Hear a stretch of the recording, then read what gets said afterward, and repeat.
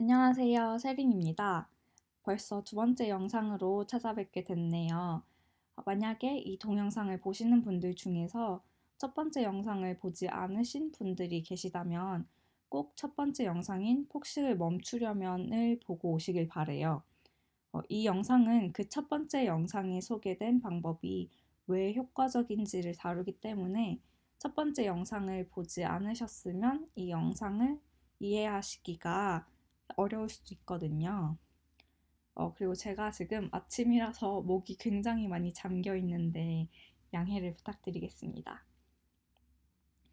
네, 제가 첫 번째 영상에서 폭식을 멈추려면 어떻게 해야 한다고 했었죠? 폭식 충동을 직면하고 있는 그대로를 받아들여야 된다고 했었죠. 여러분은 지금 폭식하고 토하고 이런 것 때문에 힘든데 제가 그거에 대한 해결책으로 폭식 충동을 받아들이라고 해서 좀 뚱딴지 같은 소리로 들릴 수도 있을 것 같아요. 그래서 그게 무슨 소용이지? 싶으실 수도 있을 것 같은데요. 제가 말한 것처럼 이렇게 지금 이 순간 나에게 일어나는 생각과 감정을 알아차리고 받아들이는 것을 마음챙김, 영어로는 mindfulness라고 해요. 사실 마음챙김의 뿌리는 불교에 있어요. 그런데 요즘 들어서 학계에서 우울증, 불안장애 치료로도 많이 활용이 되고 있고요. 연구도 되게 많이 되고 있어요. 마음 챙김은 크게 두 가지 요소로 나눌 수가 있는데요. 먼저 첫 번째로 알아차림, awareness가 있어요. 현재, 지금, 이 순간 나에게 일어나는 생각과 감정을 알아차리는 거예요. 그리고 두 번째로 받아들임, acceptance가 있어요. 지금 나에게 일어나는 생각과 감정을 알아차렸다면 이제 그 생각과 감정을 평가하지 않고 있는 그대로의 모습으로 받아들이는 거예요.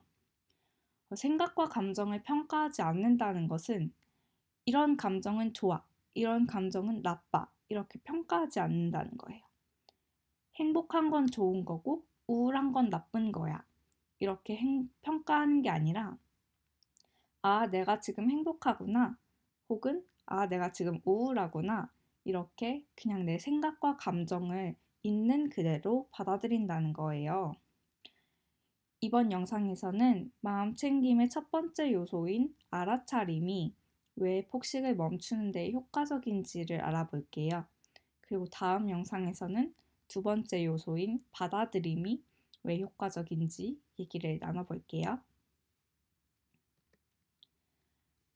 여러분, 우리의 행동은 크게 자동적인 행동과 의식적인 행동으로 나눌 수가 있어요.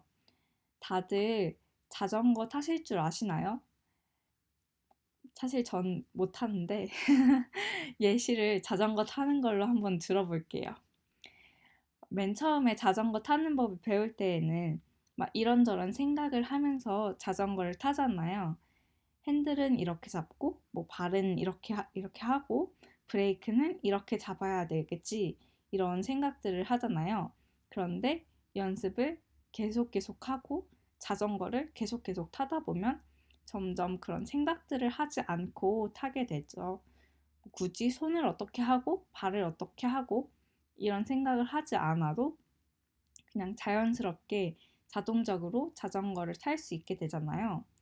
사실 저는 자전거를 타는 게 아직 자동적이지가 않아요. 아직 의식적인 행동에 멈춰 있긴 한데 저처럼 자전거를 못 타시는 분이면 수영이라든지 운전이라든지 피아노라든지 등등등 여러분이 잘 하시는 아무거나 생각해 보시면 될 것 같아요.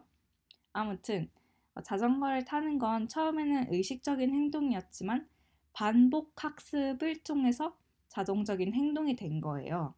이 부분이 중요해요. 어떤 행동이 계속 반복되면 그 행동은 자동적인 행동으로 변해요. 쉽게 말해서 습관이 되는 거죠. 그런데 폭식은 의식적인 행동일까요? 자동적인 행동일까요? 다들 눈치채셨을 수 있을 것 같은데 폭식은 자동적인 행동이에요. 더 정확히 말하면 폭식 충동에 대한 자동적인 반응이에요. 우리가 폭식 충동이 올라오면 폭식을 하는 것을 계속해서 반복을 하다 보니까 폭식 충동이 생기면 폭식으로 반응을 하는 것이 자동화된 거예요. 자, 그래서 지금까지 말한 의식적 행동, 자동적 행동이랑 마음챙김이랑 폭식을 안 하는 것이 무슨 관계가 있는지 궁금하시죠? 마음챙김은 지금 현재 내 속에서 일어나는 일들을 알아차리는 거잖아요. 내 마음속에서 어떤 일들이 일어나고 있는지를 모른다면 그냥 아무 생각 없이 자동적인 반응을 하게 돼요. 하지만 마음챙김을 통해서 폭식 충동을 알아차릴 수 있으면 나에게 자동적인 반응인 폭식이 일어나려고 한다는 것도 알아차릴 수가 있고, 우리는 자동적이지 않은 반응, 즉 의식적인 반응을 선택할 수 있는 여유가 생겨요. 네, 예를 들어 볼게요. 두 갈래의 길이 있어요. 집으로 가려면 오른쪽 길로 가야 돼요. 그래서 여러분은 항상 지금까지 오른쪽 길로만 다녔다고 생각을 해볼게요. 계속 왔다 갔다 했어요, 오른쪽 길로. 그런데 어느 날 감기에 걸려서 병원에 가야 됐다고 칩시다. 병원은 왼쪽 길에 있죠. 근데 여러분이 그냥 아무 생각 없이 멍 때리면서 계속 걷다 보면 어떻게 될까요? 병원으로 향하는 왼쪽 길로 가는 게 아니라 항상 다녔던 오른쪽 길로 가게 되겠죠. 이런 경험, 비슷한 경험 다들 있으실 거예요.